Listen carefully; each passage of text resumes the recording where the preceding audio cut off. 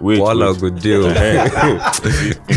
Which wala? Say you go Don't call me your son. Forget. You see? No, I mean, That's why. I'll not even call you my dad. Mr. Yemi is Mr. Yemi. You know. All right, cool. So there is a letter here. It says, "Hey Chief, it took me a while to get here, but I absolutely hate my dad. I detest him from the bottom of my heart. We barely speak. I didn't understand how bad it was until a few days ago. So I got into this heated argument with him. And for the first time in my life, I yelled back at him with my full chest. After which I received the worst slap of my life. I was angry and I couldn't take it anymore. So I dashed into the kitchen, grabbed what seemed to be a knife, and attempted to stab him. Baba wasn't even scared. He kept yarning dust, saying, "Oh yeah, now, go ahead, stab me, and you'll go straight to jail." When I was your age, I was already out of my father's house making money. "Oh yeah, now, go ahead and stab me." It felt like I was starring in an action movie. At this point, I didn't care what the consequences of my actions were because it was high time. I charged towards him one more time, got really close to his chest with the knife, dropped it, and stormed out of the house. Thinking back at the incidents, that was actually a stupid move. I honestly don't want to take any irrational decisions. Next time, I don't know what to do. And the worst part is, it will be sad if he dies and I still resent him this much. I don't like the fact that I hate him, and I wish things were a lot different between us. Anonymous. That's real. I promise you. I didn't expect you to say anonymous. When you say anonymous, that's real story shit. I mean, I promise you. I actually saw it happen. I swear. For real? I'm not joking. I think you mentioned I was shocked. this happened in real life. Like, it's not. Guy, it's not a joke. Well, I've seen somebody actually beat his dad, like punched his dad before. So, I mean, it's not like it's new, but you know, I've seen that happen before. Yeah, this one, all this is very foreign to me. Very, very foreign. Like, no, but I mean, maybe it's foreign to you because of, the relationship you have with your dad or something. Yeah, but like, I'm not aloof to every other thing that's happening around me. Like, the environment I've grown in, I've only heard of it in movies. Like, it's one of those things that you see that, oh, they acted it out. Like, you don't think someone actually wants. Like, I wouldn't think of carrying a knife to his father. Like, that's crazy. And I can't blame him. I'll not lie to you, because for you to hate your father that much, he has to have done something to you. Or he probably, like, it depends on how the person is too as well. Because the father might have taught him a lot of things and then decides to be rebellious as well. And so many things are going to it. But from like just reading from all of what I've heard, man, I'll blame the father. I'll lie to you. I'll blame the father. I don't think he showed child enough love, because the way I was brought up, the amount of love that my dad showed me, like, I can't even imagine. Like, me and my dad fight. Yeah, we fight physically, but it's play. It is not. I don't even know the English to use for it. Like, it's just strange. This is strange. No, because I see you and your dad. Like, I saw one of your pranks. This guy is a foolish guy. He pranked his dad. Also, he actually took a condom and actually put it on his pops's bed. I told his popsy that he just finished having sex on his matrimonial bed. For real? I was serious, guy. Like, that's a different level. Yeah. I actually thought it was going to slap you or That way, see that everybody wants this man to slap me. I want him to slap me, you get me more views, but what is it here? Whenever I do pranks like this, what's at the back of my mind is, at least he can't kill me. I know he can't kill me. This man is not going to kill me. Like, the amount of money he has spent on me, he cannot just waste my life like that. Do you understand what I mean? So it gives me courage, like, yeah, do this. The worst that happen, he will shout, and you get views from it. So do it. Like, I've had it in mind to do a lot of things to this man, and luckily for me, he's very gullible. Oh my days, my dad is gullible. Oh my days. I tried pranking my mom, and my dad fell for it. Just my mom. It was my mom's prank, but he's one that fell for it. Like, yeah, nah. I can't just think of it. I mean, obviously, you get obsessed with your dad. I feel like it's very normal. Like, when I was young, my dad would tell me, go and bring water.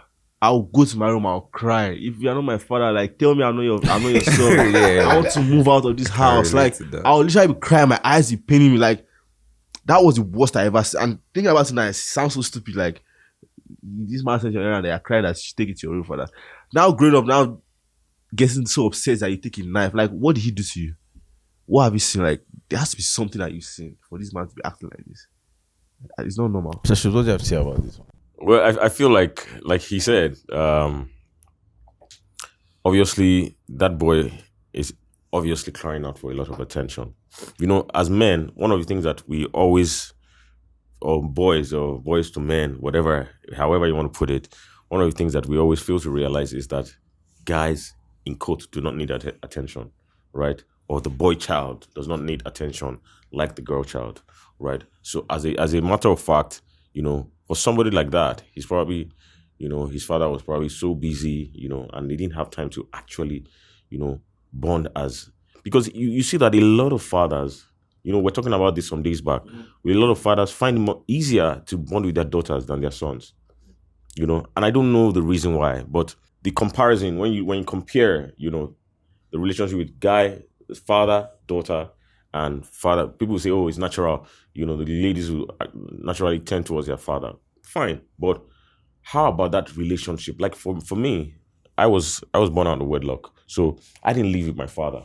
But when I got introduced to my father at 5 years old, you know, I met my father when I was 5, you know, and when I got introduced to him, you know, yeah, we just shared a relationship of respect.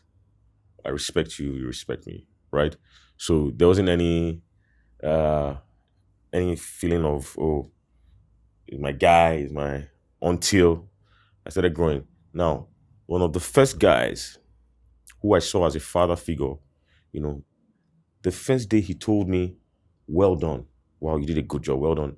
And, you know, he hugged me. I'm telling you, that day I felt I had goose pimples. What? Why? Why did I feel so? You know, I want to, me, hard guy, you know. I don't, for me, in my mind, I don't care about those kind of things. But why did I feel so? That means there was something in me that had yearned for a man like me, or an older figure like me, to tell me, well done, you've done well, you've done a good job, right? So since that day, that man or that elder or that mentor did that to me, right? I'd always saw that, I now saw that, oh, there's a part of me that yearned for my father's love, right?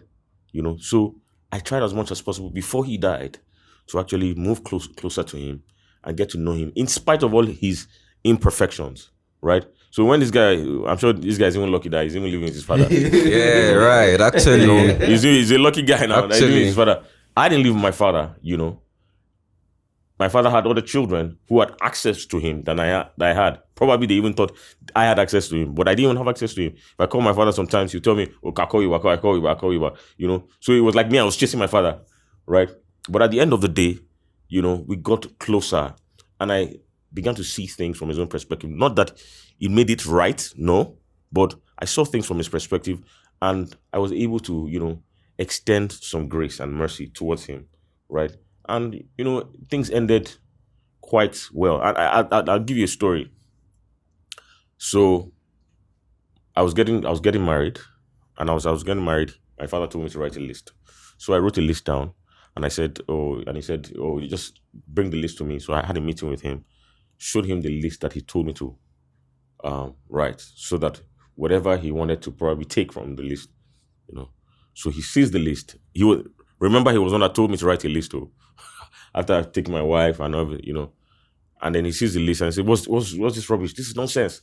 You're going to fund the wedding yourself. Nonsense. What's all this? You know." I mean, he got really pissed for no reason. No, he was one that called me. You know. So that day when that happened, I gave him a piece of my mind.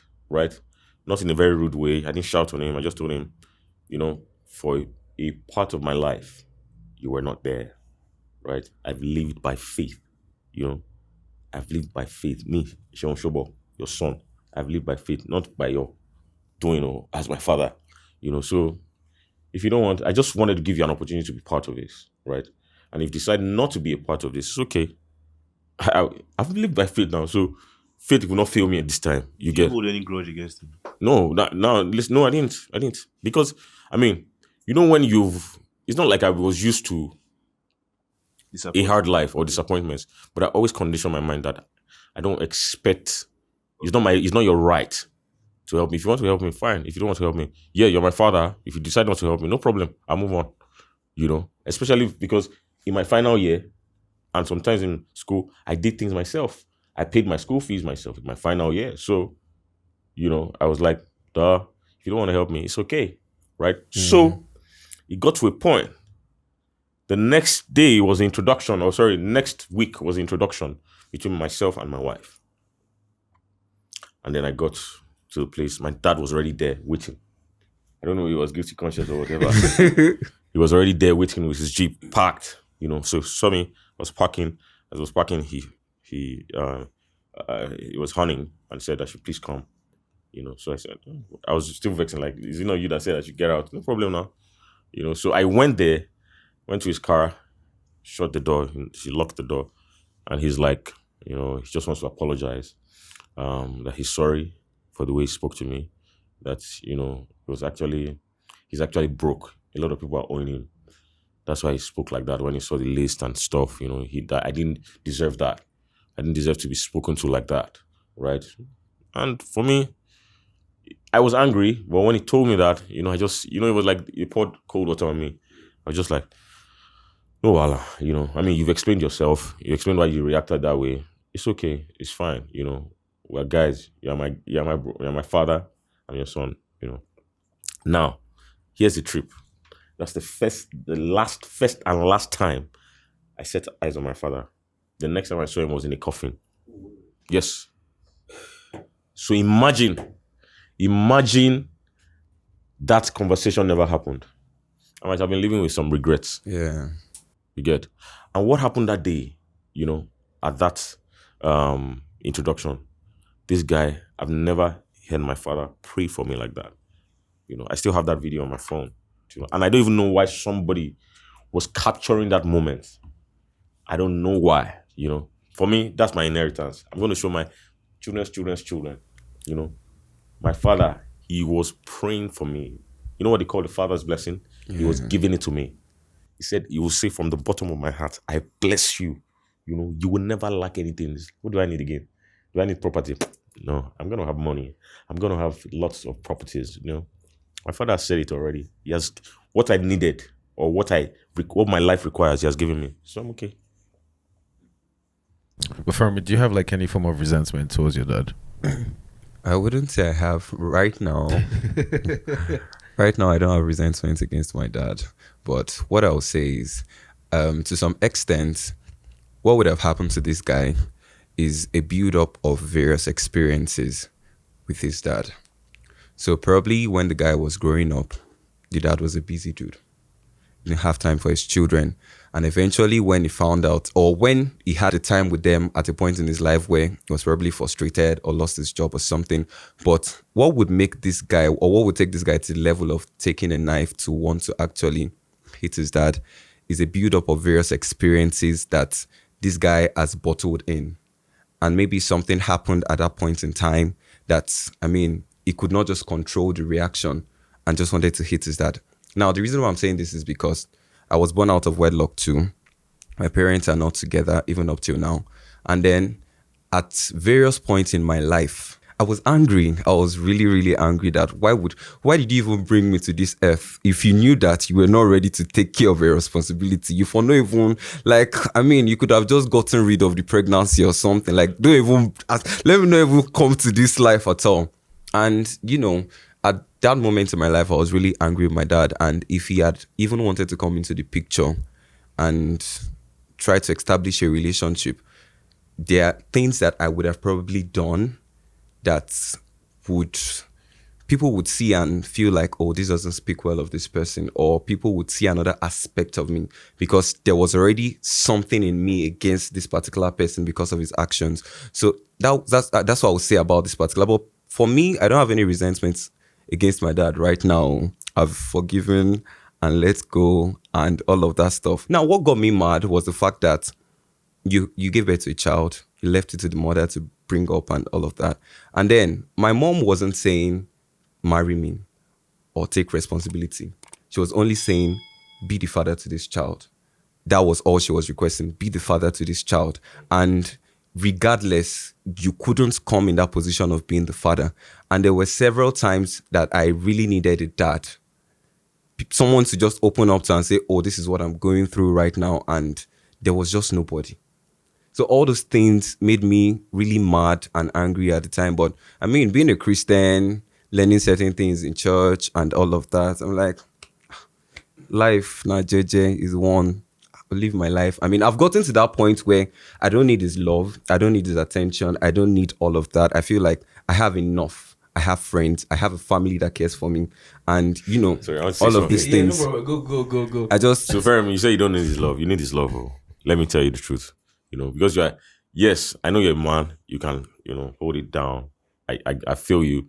But truly, you know, we're men, you know, and this is what causes a lot of our problems, right? When we just leave it in there, you know, we just leave it in there like, yeah, I can float, you know, I'm okay, right? I don't need your love. Don't come near me. I'm fine, right? Yeah. But here's the thing, right? Let me put it to you this way. Your father came here, right? He walked into this room. You are not expecting him. He walked into this room and he called you Fermi, my son, you know. Wait. Good deal. Hey. Which You know, Wala? Say you go crazy. Don't call me your son. Forget. You see? No, I mean, That's why- Call me, I'll not even call you my dad. Mr. Yemi is Mr. Yemi. You know, But yeah. good. So here's the thing. There is still something that he needs to do. You know, if there's a way, you know, he comes and he actually bears his heart to you. I'm telling you, it's going to be one of the most emotional days of your life that you will never forget. Oh, your hard guy will disappear. I'm telling you. Well, yeah, I You know, actually agree. You know, I so agree. that's what I'm saying. Don't say, just do your own. Make it your own. You will look forward to both of you sorting issues out. Yes, you're not bitter. You're not bitter anymore, right? But you just want to live your life and make your own life greater than whatever your parents have done. Yeah. But the truth still remains that if there are ways to mend up the relationship, why not?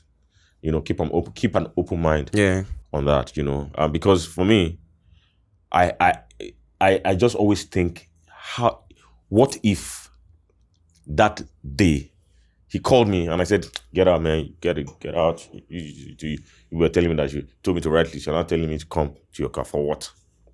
I just walked in and just, you know, and then the way the situations played out the same way they played out, I would have been the most miserable of men right now. You know, now I have daughters. I have 2 daughters, right? And I'm trying my best every single day to be the best father to them, you know, affirming them and letting them know who they are, you know. So I can just imagine if that happened to me and cascading down to now when I have daughters, right? How will I feel? You know, so yeah. So just keep an open mind, basically. Yeah, I have an open mind and I'm like, okay, I've told him if you want to reach out. I mean, I'm giving him that space of, okay, if you want to build a relationship, do it. But I wouldn't be the one to put all the efforts in to try to build a relationship because in the first place, now you carry me come, now you leave me. So if you want us to have a relationship, you should be the same person that will put in the effort and I'm willing to accept your effort. Is there a reason why you guys don't talk? Well, when I was growing up, I mean, we gave him the chance. Like, okay, be my dad or just be there. And you decide, because the story is they gave birth to me and then he saw me. At the time, there were no phones and all of that. And my mom went to his office. Okay, this is your son. It happened that we had a child. And then to everybody it was obvious because we had a resemblance. But he rejected me outrightly and said, this is not my son. Saying they never had anything to do and it's not possible. And then they tried everything, family members, bring families together. Okay, let's try and sort this. And still, he wasn't ready to take responsibility. So, which is the way any normal man will react or behave. So, for example, when my mom was pregnant for me, you know, with me, one of the things my father even gave her money to go and take it out. go and take that baby out. I'm married, and I don't want that. Just go and take that baby out, right? My mom, had been through a lot of health challenges, and she said, you know what, I'm not doing this, And my mom was actually working. She was working with a bank. She was a big girl on her own. So she was like, whatever, it's my son. I can take care of him, So she went to London, flew to London, and then she had me in London, right? And, she just left the man on his own. The only thing that she said was, when she came back to Nigeria, she said, this is your child. Look at him. This is your child. In fact, my mom, what the gist was that my mom dropped me at this office with his secretary, and he came and he saw me. I was like, who is this? That's your son, Yeah. He used to tell me, he told me that story before he died, He said he couldn't believe it that day, like, he was the one changing my diapers, that way, everything, because my mom was like, you just have to know that you have a son, right?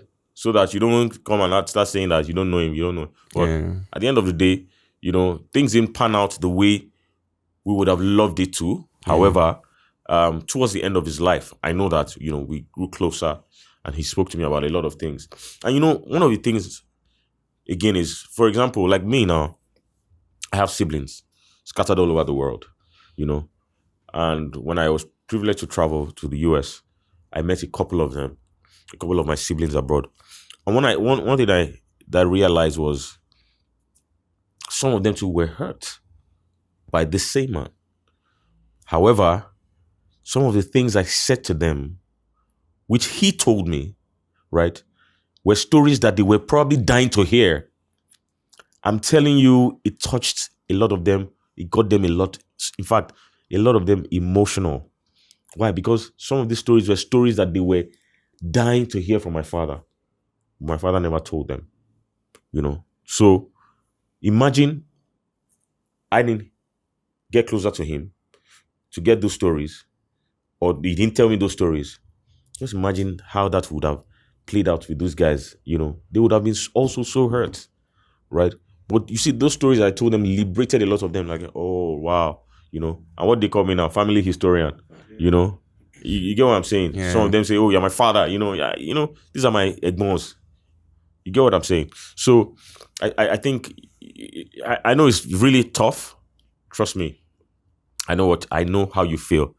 It's really tough. It's really hard. This guy here is angry. That's the truth. This guy that wrote this letter is angry.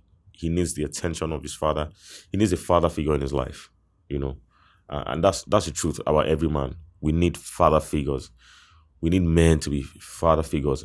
For me here, even at my work, I get to, play that role for some guys, a lot of guys. Why? Because I know how it feels. I know how it makes them feel, right? Some men or some boys need men to talk to. They need men to, just imagine that man that told me, Shoba, well done, and gave me a hug. Just imagine what that did to me. It just, some way, just opened up my mind to say, you can do this thing. You're a great guy, So for me, that's it. You wanted to say something? Yeah, I think I forgot. But like the challenges that you guys are facing, things that like I wouldn't like. They say like you see online, people joke in your comments, "Oh, your dad left you," type shit. Like there are things that you see. I've not seen it before, but I feel like the way I grew up, I wasn't. My dad and I were not like tight. I was more close. You're closer with to my your mom. Yeah, because obviously there's like an instinct with mothers. They always want to look after their children and everything. My dad did that. See, so my dad's idea of fatherhood is not like how it was back then. It's more of how it is now. I want to be involved in this child's life as much as I can. But also the discipline is like now of before. Like he just like it's a mix of everything. Like I can tell like the way like some of his ideas I don't go with it because he's not modern. But the way he treats us, the amount of love he shares, like is what I want to show my children. But I'll be honest with you. I tell my dad, I don't think I can be the man you are. Like I can't be half of the man you are. He just tolerates too much bullshit. Like the things that you just think that this man should get frustrated and probably say, yeah, get out from my house. He will never say that. He will still try to engage you, probably even argue with you as well. But you can't win though. You just forget you can't win. But in your mind, he will let you go with your idea, and end of the day, you guys will come back together and talk. But so the point in which I think my dad and I became very close was when my brother and my sister, because I have two older siblings. So when my brother and my sister went, yes, my older sister. Yeah, I'm the last one. Interesting. So when they went to school abroad, and I was the only one in Nigeria, and my dad was alone as well. My mom traveled as well. Like, he was the only one. By that time, he had lost his job. Like, everything was going against him before he finally got back to his feet. But at this point in time, like, it was like, yeah, like, this is the end of the world, because we grew up very comfortable, very, very. My parents made life like, we always went on vacation every year, everything we wanted. Now all of a sudden, you don't go on vacation on certain year. Like, to me, it's the end of the world, because I'm a child. I'm like 8. Yeah. I'm like 8. Come, daddy, we're not going to London. No, we're not going to Chicago. We're not and it's like the end of the world. Like, I'm asking my dad for a certain amount of money. I want the PS4. I want the PS, and he's not getting it for me. All these are what I was facing. No, not what. Shit, I don't know what I would have done. So those are the kind of challenges I was going through. And now at this point in time, it was now my dad and I alone in the house. Everywhere he went, I followed him. When he had chicken pox, I got chicken pox too. Wow. I was not going to school. Everything, that was where I feel like everything made us very, very, very close. Like, my dad and I are closer than my mom and I. Yeah. Wow. But my mom knows more than my dad about me. I don't know how. I don't know how she knows more than my dad. Yeah, that's normal. For mom, I always insult him. Like, all the time I spend with him, he doesn't know as much as my mom. And I ask my mom, like, how do you know this much? It's like, my dad, he was just looking like this. I'm like, Dad, I talk to you every day. Like, we insult each other, we do everything. So that was the point where we got close together, and it's like, I banter with him, I play with him. Whatever he finds rude, he finds a lot of things rude though. Don't get to, like, my dad gets triggered a lot. If you say, are you serious? My dad can say, are you talking to me? all those things. But now he has gone, he's like, I've been saying, are you serious for the past 10 years now? Like, he doesn't care about it anymore. But there's some petty things that he can get upset for. Just like the way you talk to him, like, he might not like it, so he just get upset. But he doesn't ever get to the point where, like, we are fighting and it's like, there's just that. Yeah, stuff. It doesn't ever get to that point. It doesn't ever. I think that's as a result of your mom and dad. Like, I think there's so much blend. Yeah. Because first of all, before we start parenting, we have to be a very solid team. Yeah. Because once we're a solid team and we have discussed our style of parenting, it now helps us blending easily. I was commend both of them. That's your mom and your dad. Yeah. Because if their parenting styles were different, right, you might have changed things a bit. You know. But obviously you're cool with both of them. And both of them are cool with how you relate to them. Yeah. So I was going to ask, have you ever asked your dad about his own relationship with his dad? Yes. So he was not the same with me. He's not the same with the way he is with me. Where my dad's dad was the typical 1980s man, like, go to work, give him money to go to school. Yeah. But, like, I feel like there was this, like, a sprinkle of the love that he's showing me. It was not just my father, respect. Yeah. But there's this bit of love, like, you can tell. My dad is sports. Oh. He's the last born too. Oh. So he's also a sport child, like his older sibling. Daddy, I was not there. As he say your mama that's one child. I don't feel No, he is, like, his older siblings always took care of him and all that. Like, yeah, So it was easy for him to pass on that love. very easy, very, very. Like, he was like everybody from my father's family, almost like him. Now, the only thing that can differentiate them is maybe their religious beliefs. Like, one doesn't believe you should drink alcohol. Apart from that, like, they're almost the same. My dad's older sister is the same. My dad's older brother is the same. Like, I don't know if you watch my YouTube videos, you'd have seen my cousin.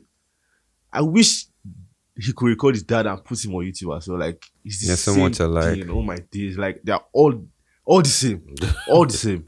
Oh, They nice. just grew up like a tight family. That was how they grew up, like a very, Yeah, very it tight family. affects bond, yeah. It affects what you And think of. I feel like that's how most of them grew up in Shulere, because he grew up in Shulere, and from the families that still, like, if you go to Shulere, he will see his neighbors. They are all grown and they live in the same house.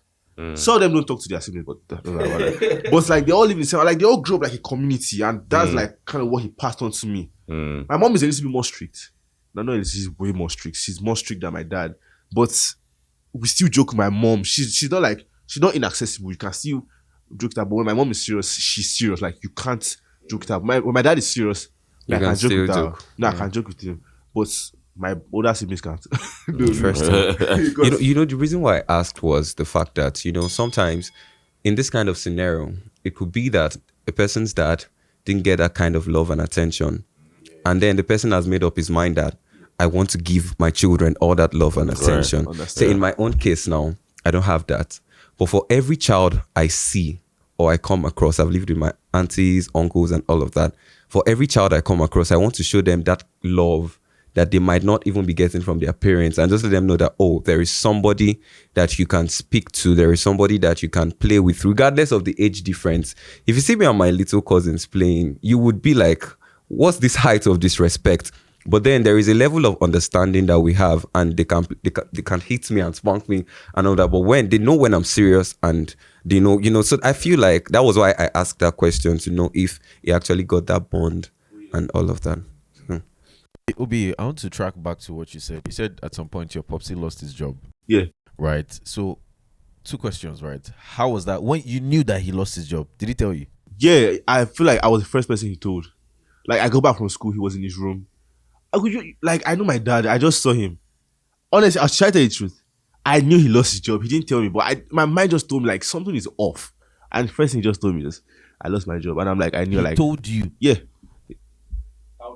I was 11. He told you. Yeah. I just came to his room and he just It's told a me. relationship they have now. Yeah. Oh, wait, it's not normal. Gay!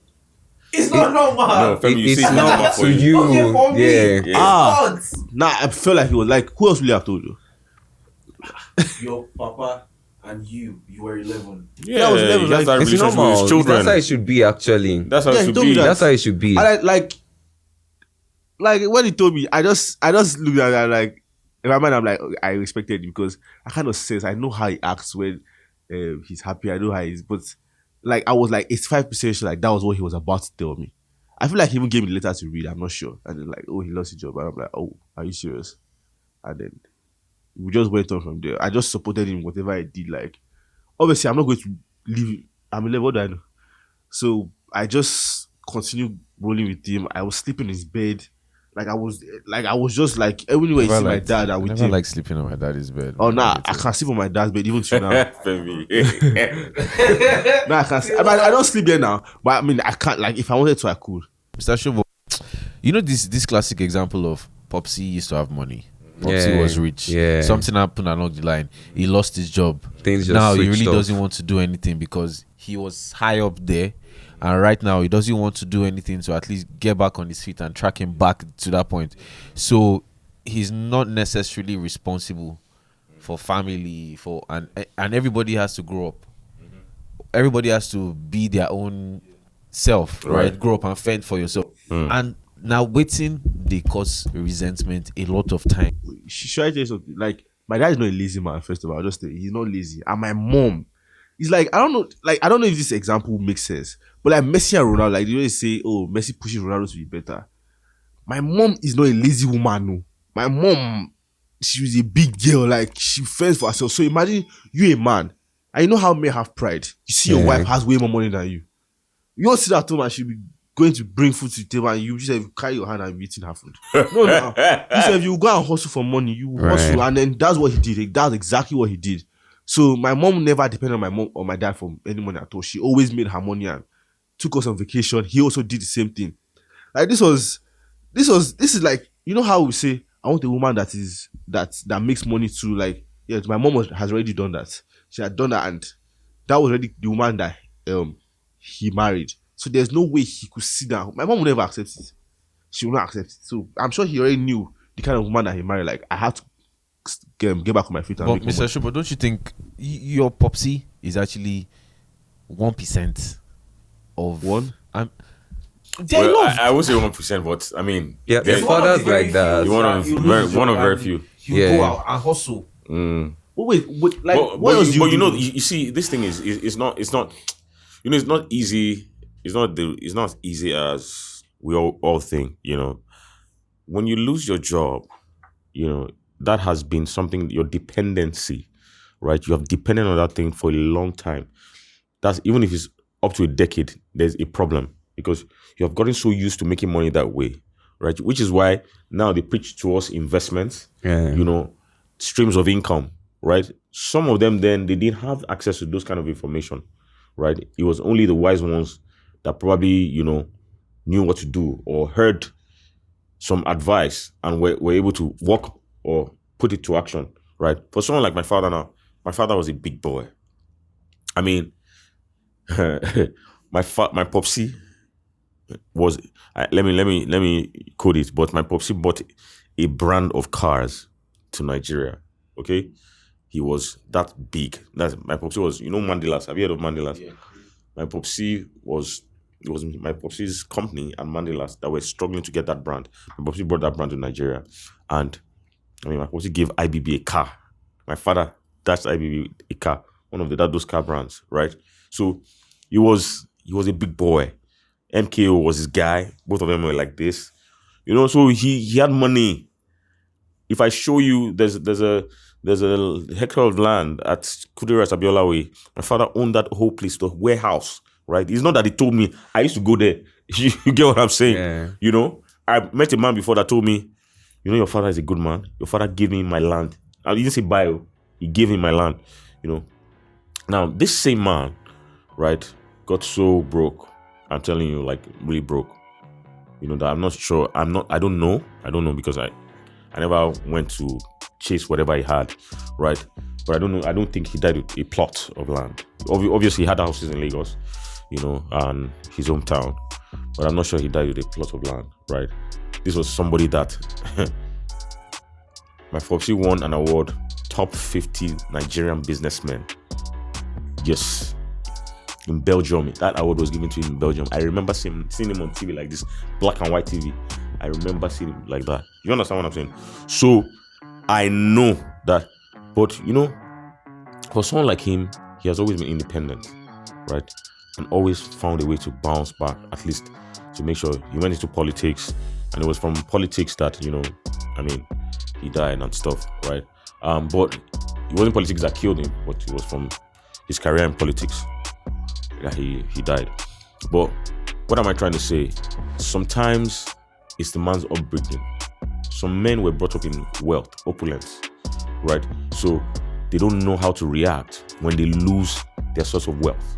Hi guys, I'm Obi. I'm a YouTuber, Instagrammer, and I'm also a marketer for a blockchain company. My name is Faroe, and I'm a realtor and a media entrepreneur.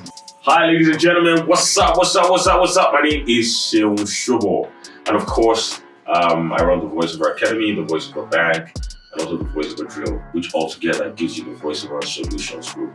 And I'm here on Letters to Boys. It's been a wonderful time, and I want you to keep it locked down on Letters to Boys. All right?